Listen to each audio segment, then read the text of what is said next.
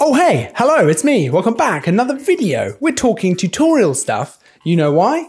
It's Tutorial Tuesday. Welcome back to Tutorial Tuesday, where each and every Tuesday we bring you a brand new fresh photography tutorial. I feel like I'm doing stand-up right now.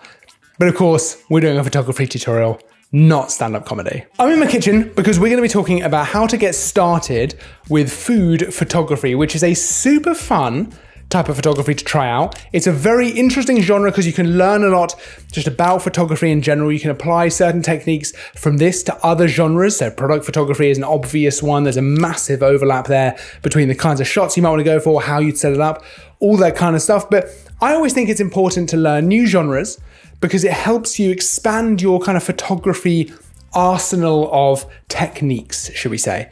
And sometimes that can apply to other genres you'd never even thought of. It's also a really good genre to actually try out when the weather is terrible, because you can just be inside. You don't have to worry too much about the rain, the light as well. We can affect that. We're going to get into that. So it's a great one to try as we get into the slightly more unpredictable time of year when it comes to weather. Okay, so we're going to talk about the kind of camera gear that you need, so camera, lens, anything else that you might need as well, the kind of settings you might want to apply, angles, composition, stuff like that, styling the food, really everything you need to know to really get started. Let's dive in by starting with the kind of gear that you're going to need to get started with food photography. Now, really, there's no specific camera you need. Any camera will do. I often use my Sony a7 III for food photography, but really any kind of DSLR mirrorless camera is going to suit you really well. It's more about the lens choice that you might want to go for. Now, I do sometimes use prime lenses. I tend to go for a 35mm or a 50mm. Any longer than that can work,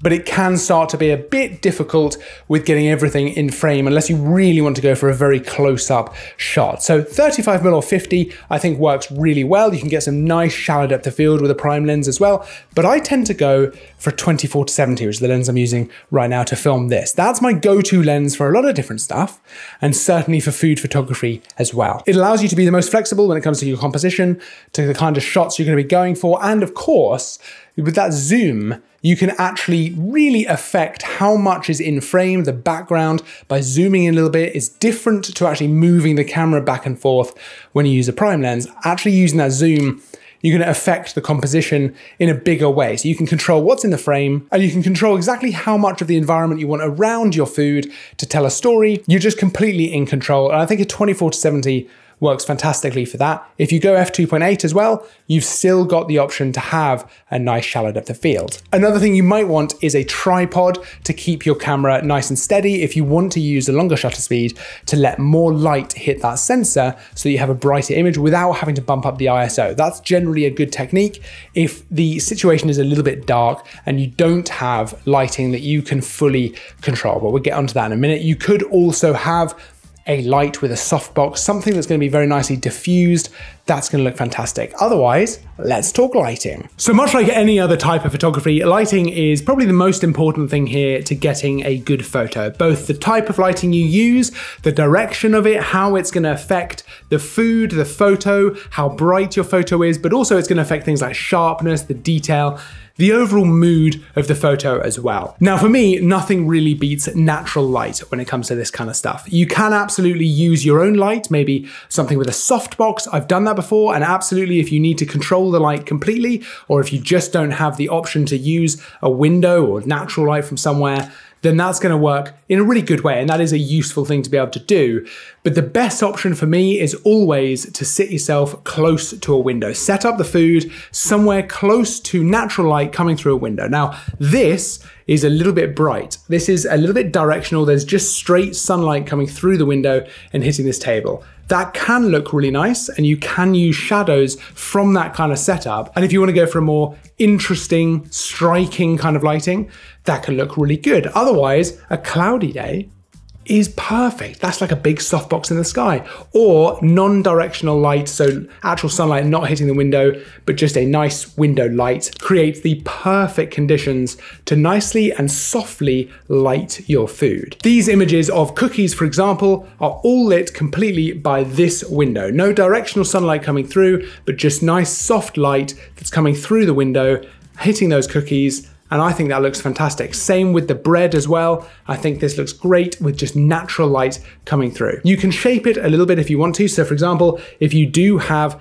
natural light like this, but it's very harsh, you could just hang a bed sheet over this, and that's going to diffuse, that's going to soften that light coming through and make it lovely for your photos. You could also put up something a little bit harder to actually block that light so that you just get the amounts that you want through. If you do want to create some interesting shadows, that's a way to do it. Once you've sorted out your lighting, you've got your camera, your lens, and your tripod, you're gonna need to grab your food. Now we need to talk about styling the food and how you're gonna compose your photos as well, because that's a huge part of this.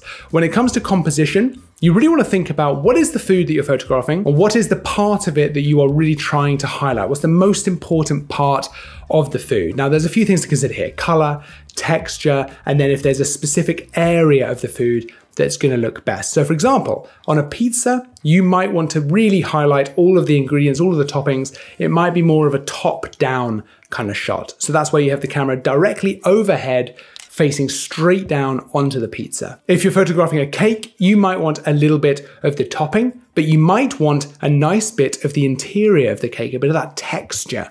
Well, then you might want a 45-degree angle. So we're not eye level with the cake, and we're not overhead.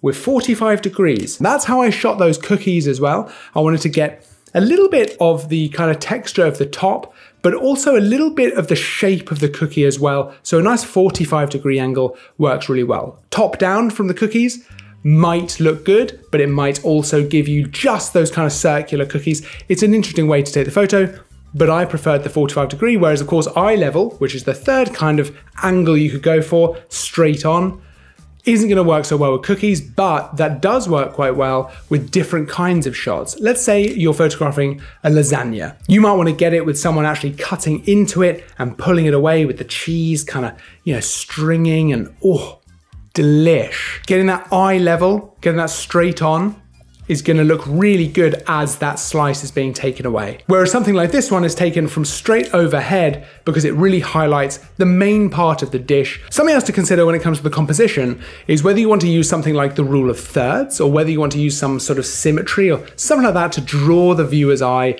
to the correct part of the image. So you want to find what is the main subject of the image, and then find where you want to put that in the image. So it could be that you want to center it up. It could be that you want to use the rule of thirds to place it on one of those intersections. Is it just the food itself, or is there an aspect of the food that is the number one part of this image? Where does the viewer's eye rest? Where do you want it to rest?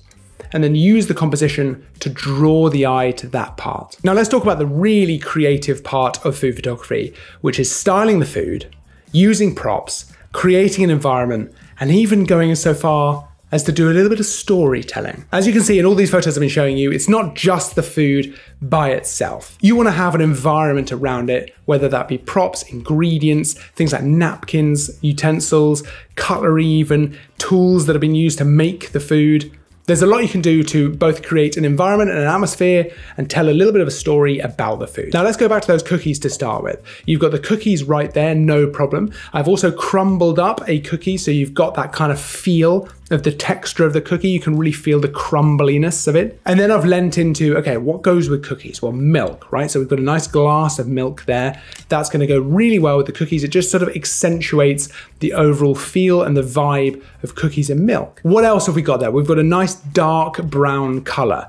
So what looks good? Coffee beans. That goes really well with these cookies because the colors really complement each other and work together. It just sort of, again, enhances the image and enhances the feel of what we're looking at. But you could do things in a slightly different way. Let's go back to this image, for example, where we've got the actual dish right there, but we've got bread with it, right? Because that might be served up with it. It's not the main part of the image. It's not the main food that we're photographing, but it's there with the food, along with some other bits that kind of make sense to actually pair with the food. And you can even add in things like a tea towel, a napkin, something which makes sense that you might want to use to actually either serve up or to create this food. You could have utensils in the frame. You could have anything really there, even if it's just poking into the corner. The main subject, you want that fully in shot, but around it, you're placing ingredients, utensils, other items like napkins, like tea towels, similar textures or similar colors. So back to the cookie, we're looking at that dark brown, we're going with kind of the coffee beans. And from there, you can start composing the actual shot. And that's where, for me, a 24-70 lens